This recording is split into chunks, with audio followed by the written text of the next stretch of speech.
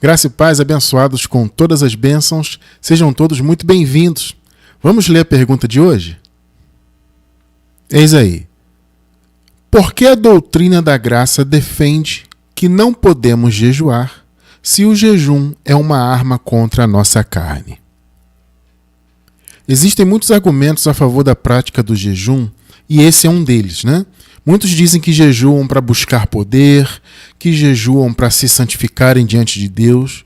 E muitos dizem também que jejuam para quebrar a carne, né? Para lutar contra a carne, contra os desejos da carne. Na verdade, isso é um grande equívoco, né? Porque você praticar jejum, você na verdade está ativando a carne. Porque o jejum, ele é uma obra da lei.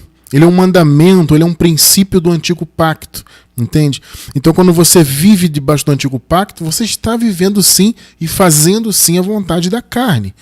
Então, não faz sentido você jejuar para quebrar a carne. Notem que em momento algum nós encontramos na Bíblia, ou pelo menos eu desconheço, tá? Algum versículo, alguma passagem que ensine que nós temos que jejuar para quebrar a carne. Então esse entendimento de que o jejum quebra a carne e nos ajuda contra as obras dela, na verdade é um argumento antibíblico, não faz nenhum sentido, mesmo porque o Evangelho nos mostra algo totalmente diferente. Primeiro temos que entender que a carne, para Deus, ela já morreu. Nós já estudamos isso algumas vezes aqui, né, em nosso canal, em nosso ministério, sobre a questão da morte. Já estamos mortos na carne para Deus, ou seja, a carne ela não tem nenhum poder de nos destruir no sentido de morte eterna, né, no sentido de nos condenar diante de Deus ou de fazer com que nós deixemos de ser santos diante de Deus. A carne não tem nenhum poder para isso, nenhum poder condenador, tá? Deus não nos olha segundo a carne, ok? Vamos ver então um versículo, apenas um versículo que comprova isto. Vamos ler. Vejam só, Gálatas capítulo 5, verso 24. Os que pertencem a Cristo Jesus crucificaram a carne com as suas paixões e os seus desejos. Aqui é a Nova Versão Internacional. Por que o apóstolo Paulo diz isso? Paulo diz isso porque Jesus, ao morrer na cruz, ele matou o velho homem. Você encontra essa informação em Romanos, no capítulo 6, versículo 6. O velho homem morreu quando Jesus de Nazaré morreu. O velho homem de todos os filhos de Deus. Então veja, diante de Deus, o velho homem já está morto. Ou seja, ele não é mais um agente de condenação, ele não é mais um agente de nos colocar sob o pecado, né? Condenados pelo pecado, de não termos a salvação por causa disso, etc, etc, etc. A carne não pode nos afetar neste sentido. Aí você pode dizer, tudo bem, abençoado, eu entendo isso, eu entendo que a carne não pode nos condenar, até porque nenhuma condenação há para quem está em Cristo, né? Para quem está na nova aliança, né? Estar em Cristo é estar na nova aliança. Tá? Eu não vou explicar muito isso hoje, mas nós já temos muitos estudos aqui que explicam isso e certamente no futuro voltaremos a falar sobre esse ponto. Tá? Então todos nós que somos filhos de Deus já estamos em Cristo e não há condenação para os que estão em Cristo. Tudo bem, mas e o que a carne pode fazer nesta vida? Eu até posso entender que de fato a carne não nos condena, mas e os males dessa vida? Nós não teríamos que jejuar para quebrar a carne contra os males, né? Contra as más consequências dessa vida? Muito bem, abençoados, não existe no Evangelho também nenhuma informação a respeito de você jejuar para vencer a carne em relação aos males que ela pode trazer nesta vida. Isso não existe também. Veja só o que a palavra diz sobre o controle dos atos e das obras da carne. Vamos ler. Vejam aí, Romanos 8, 13. Pois se vocês viverem de acordo com a carne, morrerão.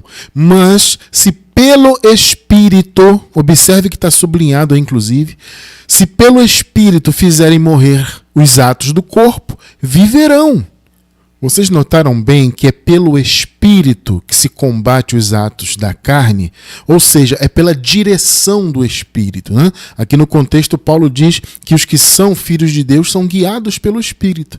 Então, o que nos conduz a lutar contra a carne, para que ela não traga consequências ruins nesta vida, é a direção do Espírito em nossa vida. Não é o jejum. O jejum é obra da lei. O jejum vem do antigo pacto. Não tem nada a ver com o novo pacto.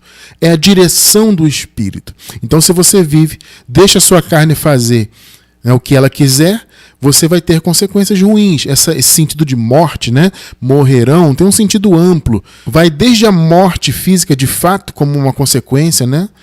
Ruim, mas também todos os males decorrentes da carne podem se encaixar nesse sentido de morrer.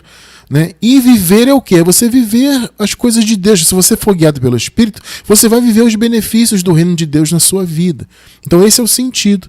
Então se você vive de acordo com a carne, deixando a carne fazer o que ela quiser, você vai morrer. Ou então você pode viver o reino de Deus na sua vida. Os benefícios do reino, o fruto do Espírito, se você for guiado pelo Espírito. Vamos ler de novo. Vejam só, pois se vocês viverem de acordo com a carne, com a vontade, né, de acordo com as inclinações da carne, vocês morrerão. Mas se pelo Espírito fizerem morrer os atos do corpo, viverão. Então, meus amados, mais claro que isso é impossível. É pelo Espírito que se vence as obras da carne. É pela direção do Espírito que vem pela palavra na sua mente, é que você vence os atos carnais e pode viver o fruto do Espírito, os benefícios do reino de Deus em sua vida, tá? Muito bem, meus amados, se vocês gostaram, dê um joinha aí no vídeo, marca o sininho, se inscreva no canal para você receber sempre as nossas notificações. Eu vou deixar aqui embaixo do vídeo no YouTube um estudo completo sobre a questão do jejum, tá? A intenção desse nosso vídeo aqui agora é ser um vídeo curto, mas se você quiser se aprofundar, aqui embaixo você vai encontrar e também no fim do vídeo, tá bom? Vai ter a sugestão de um estudo sobre o jejum e também aqui na descrição do vídeo, tá bom? Muito bem, meus amados, aqui eu me despeço dizendo para vocês o seguinte: nunca se esqueçam, vocês são abençoados. Todos nós somos abençoados com toda a sorte de bênçãos. Graça e paz e até a próxima.